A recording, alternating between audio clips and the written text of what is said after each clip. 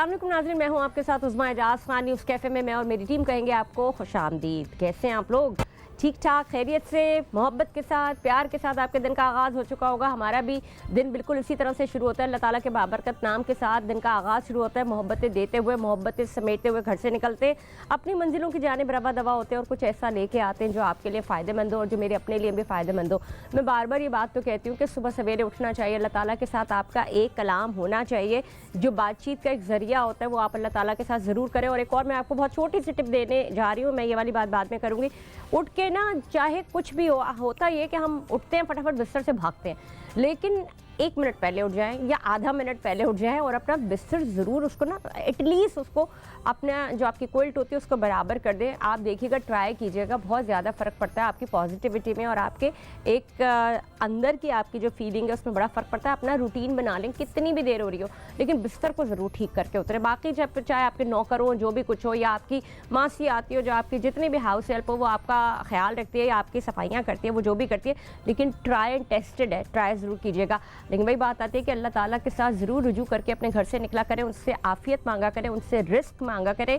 Risk सिर्फ यही नहीं होता कि अल्लाह ताला आपके पैसों में बरकत दे, रिस्क आपकी सेहत में बरकत, आपके घर में बरकत, आपकी औलाद में बरकत, आपके रिश्तों में बरकत और आपके पूरे ओवरऑल माहौल में बरकत का नाम रिस्क होता है। अल्लाह ताला हम सबको अपने आफ़ियत में रखे और अपने हिफ्ज़ अमान में रखे। हम घर से जब निकलते हैं तो बहुत सारे कभी अंदेशे और कभी वसवसे होते हैं, लेकिन जब आप अल्लाह ताला के नाम के साथ या अल्लाह ताला के विर्द के साथ आप घर से निकलते हैं तो आपको अल्लाह ताला अपने एक शेल में और एक हिफाजती लेयर में आपको बंद करके उस जगह पे पहुंचाते हैं और वहाँ से खैरियत के साथ वापस लेके आते हैं। तो इसी दुआ के साथ आप अपने साथ निकला करें और इसी दुआ के साथ घर में आया करें और अपने रिश्तों को मजबूत करने की कोशिश करें। कभी कभी आपको ऐसा लगता है कि आप कोई चीज़ जीत गए लेकिन बेसिकली आप हार गए होते हैं, लेकिन वो जो हार है, अगर आपको बेसिकली उस जीत में अगर आपको सुकून नहीं मिल रहा तो आप यकीन जानिए कि वो हार आपकी जीत से ज़्यादा बेहतर थी। समझ आ रहा है मैं आपसे क्या कहना चाह रही हूँ? कि आपको कभी कभी ऐसा लगता है कि वो जो जीत या वो जो आप चाह रहे थे वो आपको मिल गया, लेकिन बेसिकली आपको उससे सेटिस्फैक्शन नहीं होती। उस सेटिस्फैक्शन ना होने का मतलब ये होता है कि जो आपकी हार है वो बेसिकली उस जीत से ज़्यादा इम्पॉर्टेंट थी आपके रिश्तों को जोड़ने में, आपकी मोहब्बतों को बांटने में। एक नया इम्तिहान शुरू हो जाता है, एक नई सिलसिला शुरू हो जाता है जिसको आप अपनी हिकमत से और अल्लाह ताला के बताए हुए उसूलों से कहीं ना कहीं अपने आप को कोशिश करते हैं कि आप उसको बेहतर तौर पर अंजाम दे सकें, क्योंकि ये आपकी ख्वाहिश थी। क्योंकि हो सकता है अल्लाह ताला ने कुछ और ख्वाहिश लिखी हो, लेकिन आप अल्लाह ताला से कभी कभार ज़िद करते हैं और फिर जब उसके बताए हुए उसूलों के ऊपर भी चलना बेहद ज़रूरी है। लेकिन अल्लाह ताला वही करते हैं जो आपके लिए बेहतरीन होता है। तो अल्लाह ताला के बताए हुए और अल्लाह ताला के दिए गए जो पैगामात होते हैं या जो रास्ते होते हैं उनके ऊपर सर झुकाया करें और उनको बेहतर बनाने की कोशिश किया करें, और यही ज़िंदगी है। और जब हम अपने इर्द गिर्द में आसपास के माहौल में देखते हैं तो एक तो रिलेशनशिप का हमारे ऊपर एक बड़ा एक इम्पैक्ट आ रहा होता है, जो जिस पे हम हमेशा ये बात करते हैं कि इस रिलेशनशिप को कितना आप और अपने बच्चों के साथ कितना बॉन्ड इसको मजबूत करेंगे, अपने पेरेंट्स के साथ, अपने बहन भाइयों के साथ, अपने स्पाउस के साथ, और उसको कैसे लेके चलेंगे। और जब बात यहाँ रिश्तों की मजबूती की आती है तो आपको फ़िक्र भी होती है उनकी कि अल्लाह ताला इनको सेहतमंद रखे। आप कितने फ़िक्रमंद होते हैं अपने बच्चों के लिए, उनके खाने के लिए, उनके पीने के लिए, उनके जागने, उनके सोने के लिए, एक एक चीज़ के ऊपर आप उनकी ध्यान कर रहे होते हैं। तो जब सेहत की बात आती है तो इसी तरह से आप अपने घर वालों के लिए, अपने पेरेंट्स के लिए उनकी सेहत के ऊपर बड़ा कॉन्सेंट्रेट कर रहे होते हैं कि ऐसा ना हो जाए या अल्लाह ना करे किसी को बुखार हो जाए तो आप का सारा दिन उस बच्चे के साथ गुजर जाता है। और माँ ऐसी पागल हो जाती हैं उनके इम्तिहान हो, तो हमने देखा होता है कि जैसे माँओं के इम्तिहान हो रहे हैं। तो जनाब, बात अगर हेल्थ के हवाले से हम जब करते हैं तो हमारे मुल्क में हेल्थ के किस किस्म के निज़ाम हैं और क्या हम हेल्थ के ऊपर उतना फोकस करते हैं या नहीं करते। मेरे मुख्तलिफ जो अभी प्रोग्राम्स चल रहे हैं वो सेहत के हवाले से चल रहे हैं, हेल्थ के हवाले से चल रहे हैं, जिसमें मुख्तलिफ नौइयत की बीमारियों के हवाले से जो मौसमी बीमारियां होती हैं या जो आपके बाद ये जो गर्मी ख़त्म होती है उसके बाद शुरू होती है या फिर मौसमों की तब्दीली की वजह से होती है, उसके ऊपर बात करेंगे। बात आज हम, अगर मैं आपका ध्यान दिलाऊं उस जानिब, तो चिकनगुनिया के हवाले से हम बात करेंगे और साथ ही साथ डेंगू के हवाले से बात करेंगे। इसके बहुत सारे केसेस रिपोर्ट हो रहे हैं। क्या ये सारी चीज़ें, ये बीमारियाँ कोविड के बाद से इन्होंने जन्म लिया है या फिर इसका कोई और भी जो आपको रूट कॉज नज़र आता है कि वहाँ से निकल रही हैं? इसके साथ साथ ये हमने बात की थी डिप्थीरिया के हवाले से भी। बच्चों में सबसे ज़्यादा ये बीमारियां आखिर क्या वजह है कि ये बीमारियां इतनी तेज़ी के साथ पनपना शुरू हो गई हैं? क्या कहीं निग्लिजेंस है, कहीं माँ बाप की निग्लिजेंस है, या मच्छर की तादाद बहुत ज़्यादा बढ़ गई है और इस पर हुकूमत वक्त को इस वक्त अपना स्टेप उठाना चाहिए कि जो इन्वायरमेंटल जो चेंजेस हैं उसके ऊपर कंट्रोल करें और मच्छरों की अगर बहुतात है तो उसके ऊपर काबू पाने की कोशिश करें। इसी हवाले से हम बात करेंगे। मेरे साथ मेरी बहुत ही मुअज़्ज़ज़ मेहमान गिरामी doctor Durr Shahwar child specialist मौजूद है। बड़ी आती हैं तो ऐसा लगता है एक सुकून का समा बन गया है। मैं उनसे बात करती हूँ तो मुझे बहुत मज़ा भी आता है, बहुत खुशी भी होती है, बहुत अच्छी बात है हमसे शेयर करते हैं। अस्सलाम वालेकुम। वालेकुम अस्सलाम। कैसी हैं आप? अल्हम्दुलिल्लाह ठीक ठीक ठाक। आपको खुशामदीद करेंगे। आप आती हैं तो बड़ा मज़ा आता है, आप बहुत अच्छी तरह से बताती भी हैं और आपका जो अंदाज़ है वो अल्लाह करे मेरे देखने वालों के दिलों में घर कर जाए और अपने अपने घर में सब उसी तरह से। देखिए बीमारियाँ इस तरह की बच्चों में बड़ी जन्म लेती हैं। अब मैंने ये 3-4 बीमारियों का नाम लिया, सबसे पहले आ जाते हैं चिकनगुनिया। ये है क्या?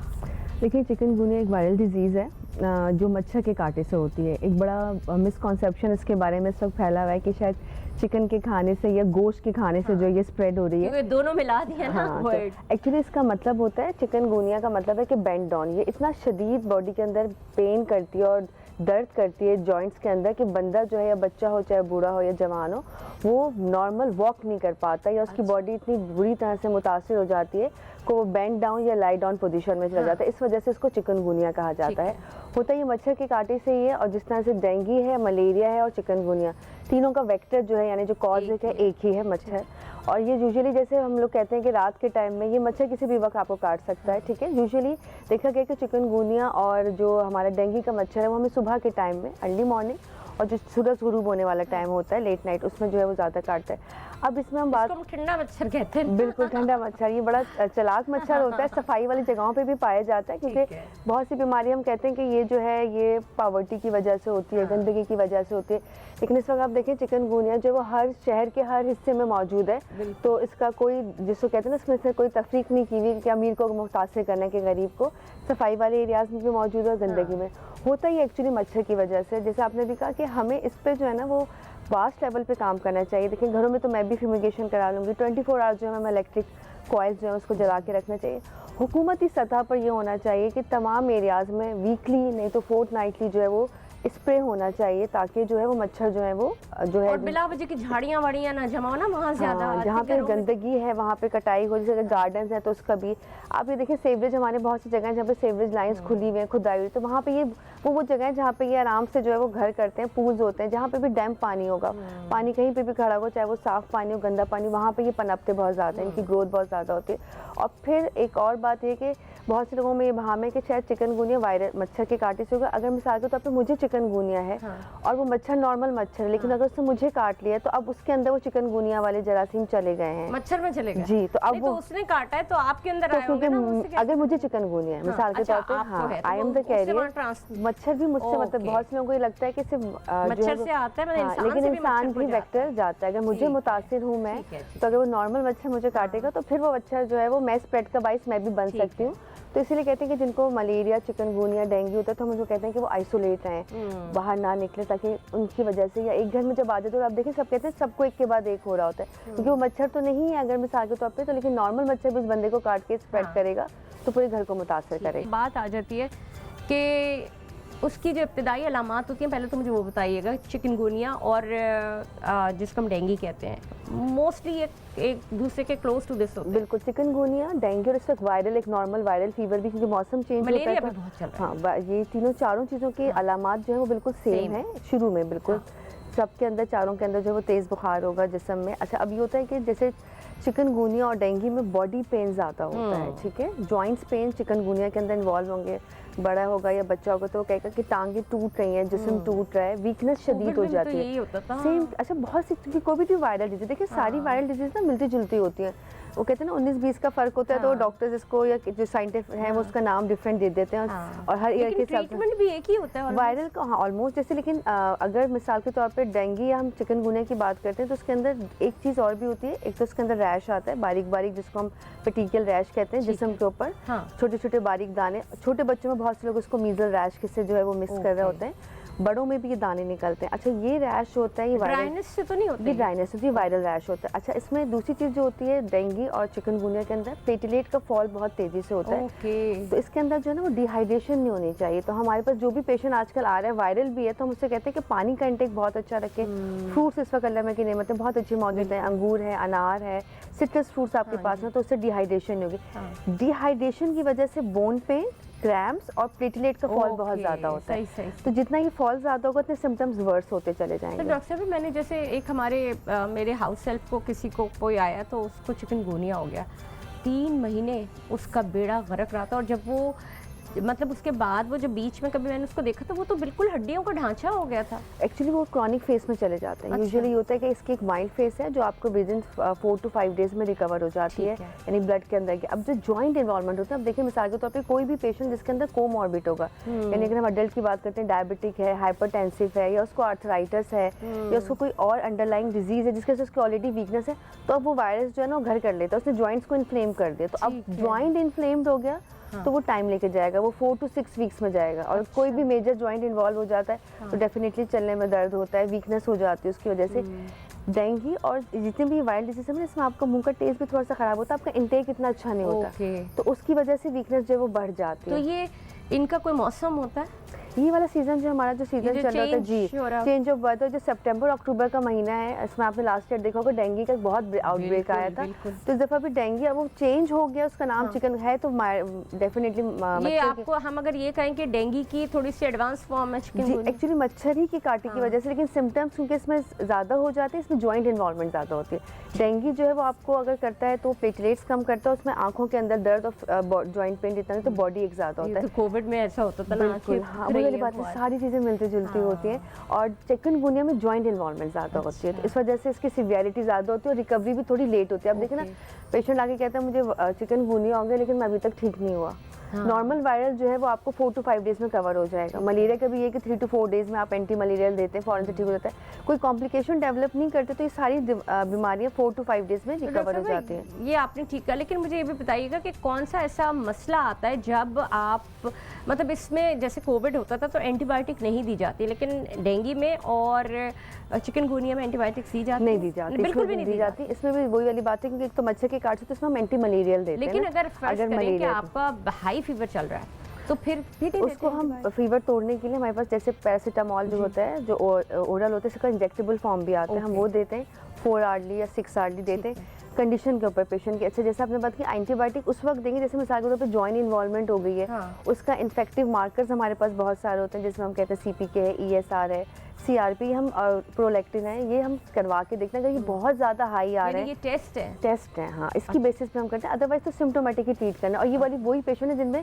क्राइसिस हो जाते हैं या कॉम्प्लिकेशन में जाते हैं। जो क्राइसिस हो जाते हैं वो क्या होती है कि अर्ली डिटेक्शन नहीं हो पाती, ये वजह होती है, या वो घर में ही ट्रीटमेंट कर रहे होते हैं इस वजह से होता है, या फौरन डॉक्टर के पास नहीं? 2 वजूहात हैं। एक बात का जो होता है कि हमारे घरेलू टोटकों का बड़ा रिवाज है ना, जैसे इस वक्त आप सुन रहे हैं कि चिकनगुनिया तो हर कोई अपने देसी टोटके और उसमें करते हैं। जैसे टोटके क्या होते हैं? मिसाल के तौर पे बहुत से लोग जो है वो फीवर के अंदर या डेंगू के अंदर, आपने पिछले सालों में पपीते के पत्तों का पानी, ये क्या तो हम अगर मेडिकली किसी पूछते हम तो कहते हैं कि सबसे बड़ा क्राइम हम पेशेंट के साथ कर होते हैं, क्योंकि आपको पता है कि पपाया का जो कॉन्सेप्ट है वो ये है कि वो कॉन्स्टिपेशन को रिलीव करके बाउल हैबिट, अभी मैंने आपसे कहा डिहाइड्रेशन होते हैं, तो वो आप क्या करते हैं, वो कहते हैं जी पपीते के पत्तों का पानी दें जो प्लेटलेट्स बढ़ेंगे, वो डायरिया करके और डिहाइड्रेशन करता है, और डिहाइड्रेशन होता है तो पेशेंट के प्लेटलेट्स फॉल करते हैं। देखें कि शायद कोविड में भी ये बहुत हुआ था कि लोगों ने मुझे पता नहीं किस किस चीज के पत्ते पिए, मोरिंगा, बहुत सारी हर्बल मेडिसिन, जब आपकी बॉडी से वो निकल ही गया सब कुछ, क्योंकि ये सब चीज़ें क्या करती हैं, आपको एकदम से ना आपकी बॉडी में ऑस्मोटिक डायरोसिस कराती है ना,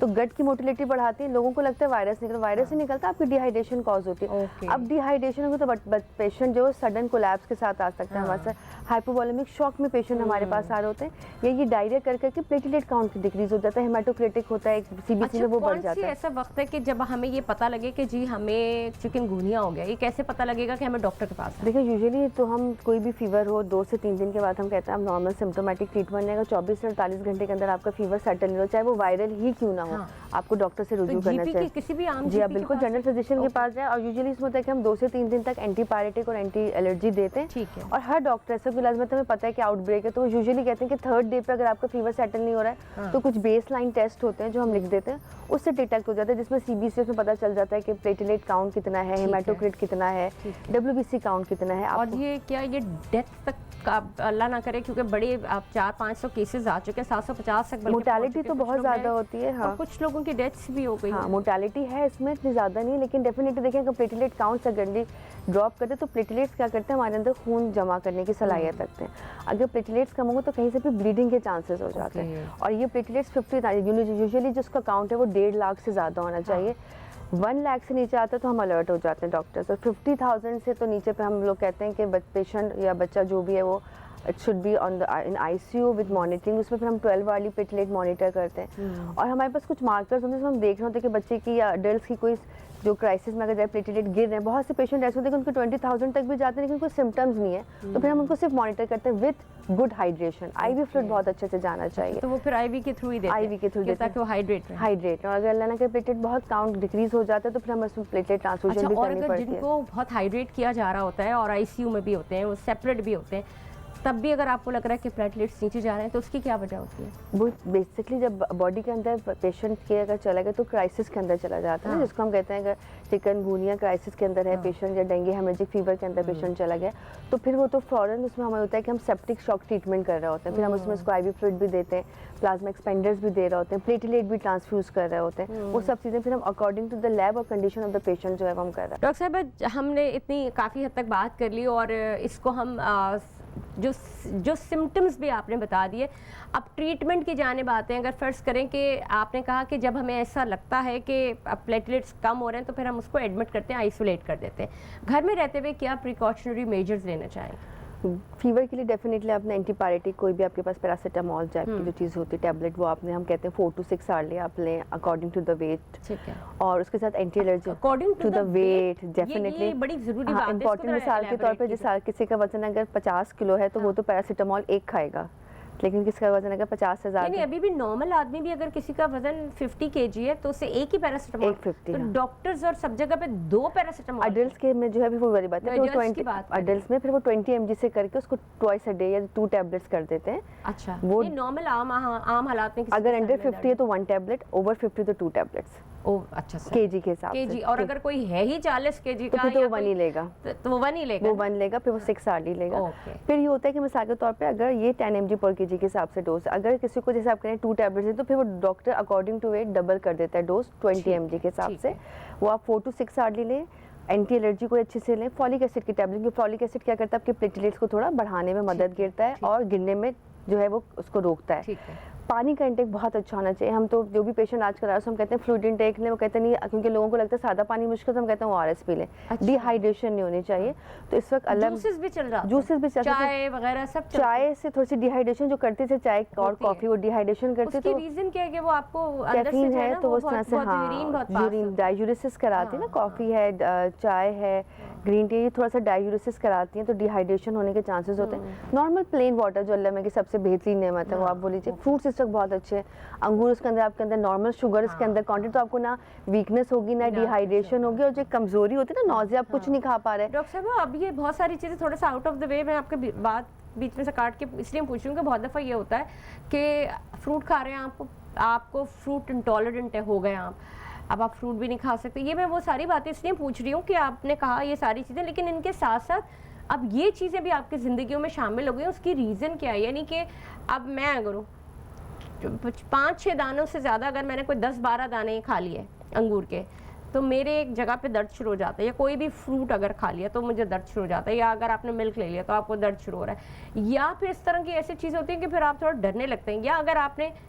जैसे चाय है आपको यूरिनरी अर्जेंसी रहने लगती है। ये क्या वजह है? मतलब एक चीज़ हम ये समझते हैं कि जी अगर कोई डायबिटिक है या प्री डायबिटिक है तो उसको बार बार यूरिन की अर्जेंसी हो रही है, यानी सोने से पहले बहुत दफ़ा, लेकिन मेरे साथ नॉक्टर्नल एंजियोरेसिस जो कहलाता है। तो ये क्या होता है? ये एक्चुअली देखिए 2 चीज़ें होती हैं। एक तो जैसे आपने कहा सेंसिटिविटी, बहुत से लोगों को लैक्टोज इंटॉलरेंस होती है, यानी वो मिल्क की बनी हुई चीज़ें या मिल्क लेंगे तो फ़ौरन से उनकी जो गट है वो एब्जॉर्ब भी नहीं कर पाती, तो उनको फ़ौरन से डायरिया होता है। इसी तरह से बहुत से लोग हैं जिनको वीट एलर्जी होती है, यानी वो सीलिएक जिसको हम कहते हैं, कुछ भी लेंगे तो फ़ौरन से उसको एब्जॉर्ब नहीं करेंगे। अच्छा, बात वक्त क्या होता है, जैसे हम फ्रूट्स की बात करते हैं तो फ्रूट्स के अंदर एक स्पेसिफिक जो वो डाइजेस्टिव होता है, ग्लूकोज का लेवल थोड़ा सा ज़्यादा होता है, तो वो हम बहुत ज़्यादा लेते हैं तो गट के अंदर डंपिंग इफेक्ट और इंटॉलरेंस वाली फीलिंग आती है आपका ना।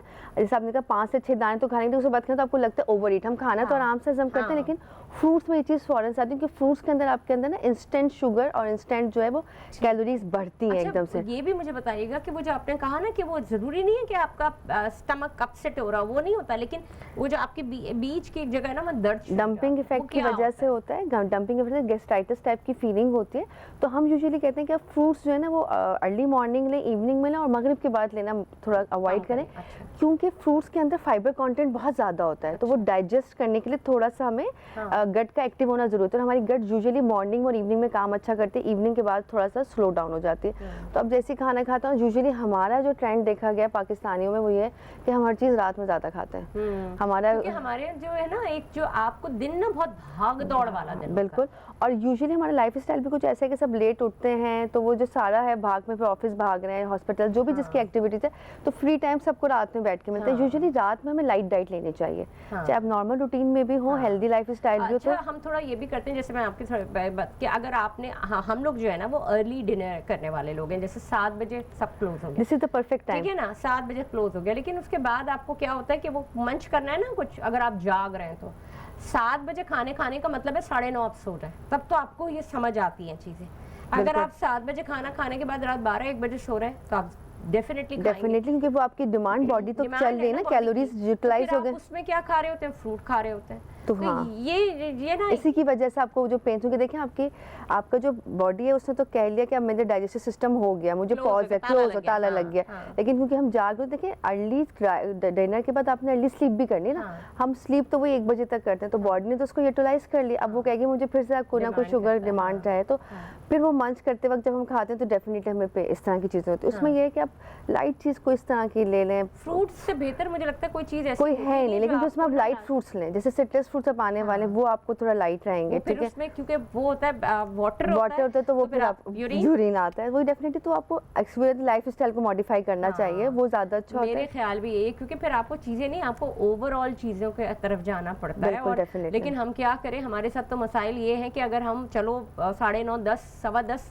बड़ा बेस्ट टाइम होता है, सो भी जाएं अगर आप, तो आप उठेंगे फिर 4 बजे 5 बजे, ये आप नॉर्मल आपके नॉर्म से आप उठ के फिर आप करें क्या, आम आदमी तो नहीं उठ के करेगा, आप जिसने काम पे जाना है या अर्ली जाना है तो चलो वो फिर भी थोड़ा आगे पीछे, बाकी लोगों को तो कॉन्सेप्ट ही नहीं है ना ये, तो ये सारी चीजें बड़ी फिर बिल्कुल, इसमें वो ये बताया अपने लाइफस्टाइल को मॉडिफाई करके, मेडिटेशन बहुत सारी चीजें, आप सुबह उसके नमाज के बाद आप योगा कर सकते हैं, एक्सरसाइज कर सकते हैं, काम डाउन होने के लिए, और फिर कुछ नहीं अपने जो आपको 10 बजे के बाद काम करना है वो पहले कर लीजिए, जो आपने रात के रखे ना सारी, या सुबह 9 बजे वो आप सुबह अर्ली मॉर्निंग करें, एंड अगर आप अर्ली मॉर्निंग और बोला ना early bed and early rise वाला काम करेंगे, आप एनर्जेटिक बहुत फील करते हैं, आपकी पॉजिटिव वाइब्स, आपके अच्छे हार्मोन्स की सिक्रीशन बहुत अच्छी होती है, इम्यूनिटी बढ़ती है। आप खुद देखें, अगर हम अपने से पहले जनरेशन में जाए तो वो लोग हमेशा जल्दी सोते थे, जल्दी खाते थे, और उनकी लाइफस्टाइल बड़ा लिमिटेड था कि 8 बजे के बाद नहीं खाना, स्पेसिफिक टाइमिंग से, और वो देखें उनकी सेहतें भी हमसे ज़्यादा अच्छी थी, उनकी उम्रें भी हमसे ज़्यादा लंबी थी। हम पैसे खर्च करके ना, यानी कि हम पेट्रोल ज़ाया करके पैदल चलने जाते हैं, बिल्कुल, यानी हम जाके गाड़ी खड़ी करते हैं, फिर उसके बाद फिर वॉक करते हैं। पुराने ज़मानों में वही सारी बात थी कि चीज़ें, और अभी भी मैं खैर पाकिस्तान के अलावा अगर आप दुनिया भर में बात करें, लोग कितना पैदल चलते हैं, हाँ बिल्कुल, हमारे यहाँ नहीं, क्योंकि शायद एक वेदर का एक बड़ा एक जो टेम्परेचर है ना हमारे यहाँ, वो आपको हील नहीं करता, और फिर हमारी सड़कें या फिर ये कि छीना छपटियाँ इतनी होती हैं, उस वजह से शायद लोग अवॉइड करते हैं। लेकिन अगर हम पैदल चलने को बहुत ज़्यादा रूटीन में बना लें तो मुझे लगता है कि काफ़ी हद तक बहुत सी बीमारियाँ तो इससे ख़त्म हो जाती है, आपका हार्ट अटैक है, ओबेसिटी है, आपकी हाइपरटेंशन है, शुगर आपकी कंट्रोल हो जाती है, आपकी मूड स्विंग्स बहुत अच्छे हो जाते हैं, आपकी पॉजिटिव वाइब्स आती हैं, आपकी बॉडी बहुत रिलैक्स फील करती है। अब अगर थोड़ा सा डेली बेसिस पर फिर 5 मिनट्स, अब हम डॉक्टर सारे को कहते हैं 5 to 10 मिनट, तो पेशेंट हमें यूँ देखते हैं 10 मिनट वॉक करनी है, मतलब इतना मुश्किल काम लोगों को, क्योंकि रूटीन हमारा ना, हमारी लाइफ बहुत सेडेंटरी लाइफ हो गई है।